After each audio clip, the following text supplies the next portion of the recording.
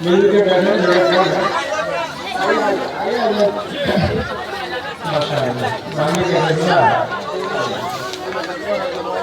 ہم سکون کا ماحول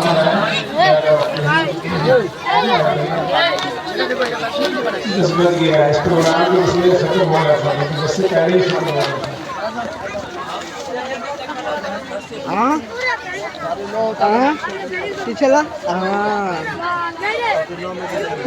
الحمد لله نحمده ونستعينه ونستغفره ونؤمن به ونتوكل عليه. یار آپ کے پاس اینگل آپ بیٹھ کے ہی ویڈیو بنا سکتے ہیں. آپ لوگ تھوڑا دیر بیٹھ جائیے بیٹھ جائیے.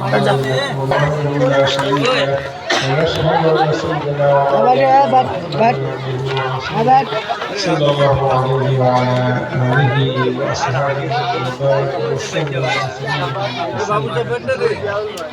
أما بعد قال الله تبارك وتعالى في القرآن المجيد أعوذ بالله من الشيطان الرجيم بسم الله الرحمن الرحيم إنا نحن نزلنا الذكر وإنا له لحافظون. صدق الله العظيم. وقال النبي صلى الله عليه وسلم من يرد الله به خيرا يفقهه في الدين. وقال النبي صلى الله عليه وسلم خيركم من تعلم القرآن وعلمه أو كما قال عليه الصلاة والسلام. حضرات گرامی برادران اسلام عزیز دوستو، اس وقت آپ کے سامنے جو حفاظ کرام کی دستار بندی ہوئی ہے، اپنی آنکھوں سے دیکھا کہ اللہ تعالیٰ نے ان حفاظ کرام پر کتنا کرم فرمایا ہے کہ ان کے سینے میں اپنے قرآن کو محفوظ کر دیا. یہ اتنی عظیم الشان دولت ہے کہ ساری دنیا کی دولت اس کے سامنے ہے. حضرت ابوبکر رضی اللہ تعالیٰ عنہ فرماتے ہیں کہ اللہ تعالیٰ نے جس کو قرآن جیسی دولت دی، پھر اس نے دنیا کو للچائی نگاہ سے دیکھا تو اس نے ایک بڑی چیز کی ناخبری کی. میں حفاظ کرام سے کہنا چاہوں گا کہ اگر آپ اس قرآن کی تعلیمات پر عمل کرتے رہیں گے اور اللہ کا شکر ادا کرتے رہیں گے تو دنیا کے جس گوشے میں رہیں گے، جہاں بھی رہیں گے، اللہ وہاں آپ کو رزق بھیجے گی. کوئی حافظ قرآن بعمل کوئی کہہ سکتا ہے کہ وہ پریشان ہے؟ آج جو پریشانی ہے بدعمالیوں کی وجہ سے.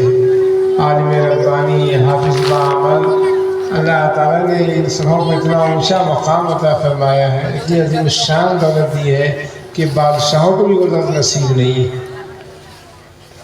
حضرت قاضی یحییٰ رحمۃ اللہ علیہ جب امیر المومنین ہارون رشید کے دونوں صاحبزادے امین و مامون کو پڑھایا کرتے تھے تو ان کے دونوں ولی عہد اتنی عظمت تھی اپنے استاذ کی اور اتنا ادب کا پاس و لحاظ رکھتے تھے کہ جب حضرت اٹھتے تو دونوں بھائی حضرت کی جوتیاں صحیح کرنے کے لیے جھگڑتے تھے.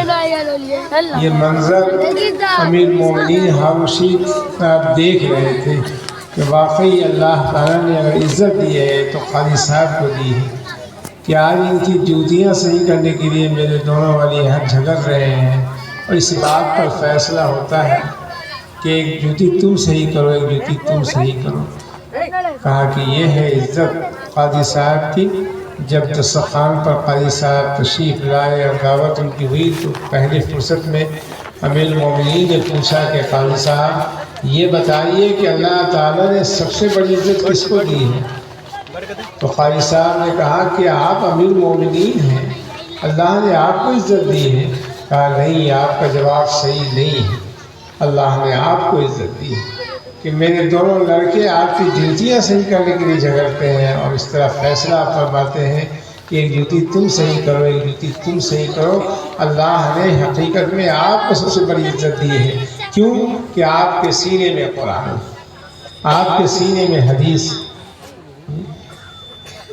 تو یہ بہت عظیم الشان دولت ہے۔ جیسا کہ تفصیل سے آپ علماء کرام سے حفاظ کرام کی عظمت کے بارے میں، قرآن کی عظمت کے بارے میں سن چکے ہیں، مجھے اب تفصیل میں جانا نہیں ہے، بہت زیادہ ہو گیا ہے، بڑے اختصار کے ساتھ کچھ ہے کہ اپنے بیان ختم کر کے دعا کرواؤں گا۔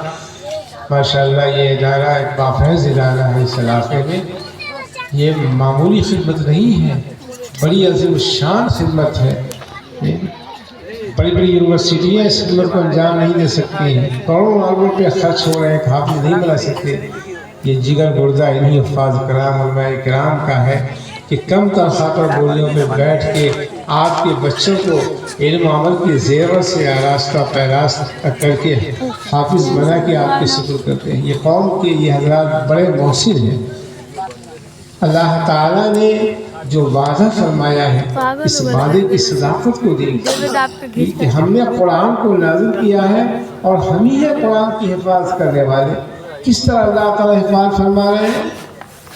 یہ ادارے وغیرہ جی، اس میں چھوٹے چھوٹے بچے قرآن کی تعلیمات کو ہم بند کر رہے ہیں، قرآن کے پڑھنے والے نہ پڑھانے والے رہیں، لیکن اللہ کا وعدہ دیکھیے کس طرح اللہ تعالیٰ اپنے قرآن کی حفاظت فرما رہے ہیں۔ دنیا کی پوری طاقت لگ گئی لیکن قرآن محفوظ ہے، کیونکہ اللہ کا وعدہ اللہ ہے۔ یاد رکھو اللہ کا وعدہ حق ہے، اللہ کے وعدے میں رائے بڑا اور فرق نہیں آ سکتا، پوری دنیا کیوں نہیں لگ جائے، لیکن اللہ جس چیز کی حفاظت کا وعدہ فرماتے ہیں حفاظت فرماتے ہیں۔ مجھے یاد آیا ایک واقعہ بڑا عجیب و غریب کہ امریکہ یا لندن کا ایک وفد آیا ہندوستان، اور جب لکھنؤ پہنچا تو اس نے کہا کہ ندوہ کو ہم دیکھیں گے۔ حکومت کے لوگ ندوہ سے رات لے کے اور وفد کو لے کے آئے، اس میں ایک خاتون بھی تھی۔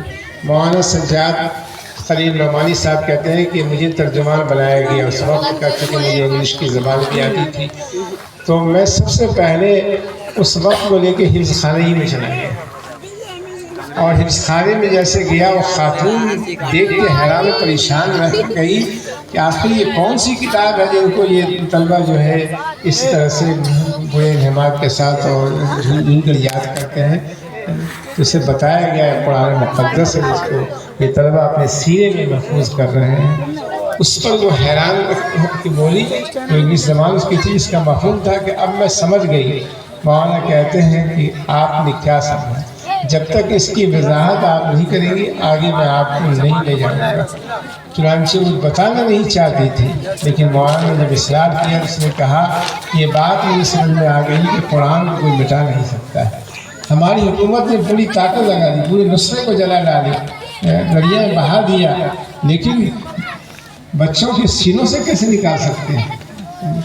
آج یہ بات سمجھ میں آ گئی۔ دیکھیے اللہ کی صداقت کہ اللہ نے فرمایا کہ ہم ہی اس قرآن کو نازل کرنے والے ہیں۔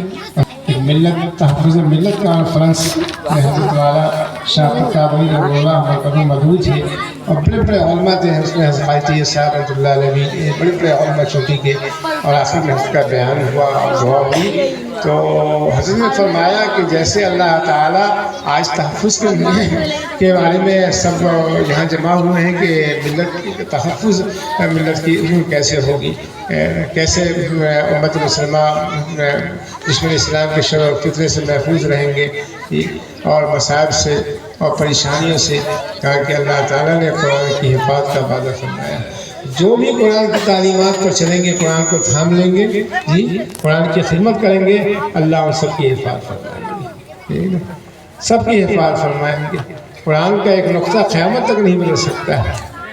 بہرکیف یہ ہمارے قاری صاحب مرضی اللہ علی اور ان کے رفقائے کا اساتذہ کرام کی محنت اور معاونین و مخلصین سب کی محنت اور سب کے خلوص کا نتیجہ ہے کہ اتنی بڑی تعداد میں اس ادارے سے حفاظ کرام پیدا ہوئے ہیں، اور انشاءاللہ ہوتے رہیں گے۔ آپ کا کام تعاون کرنا ہے، دعائیں کرنا ہے، محبت کی نگاہ سے سب کو دیکھنا ہے۔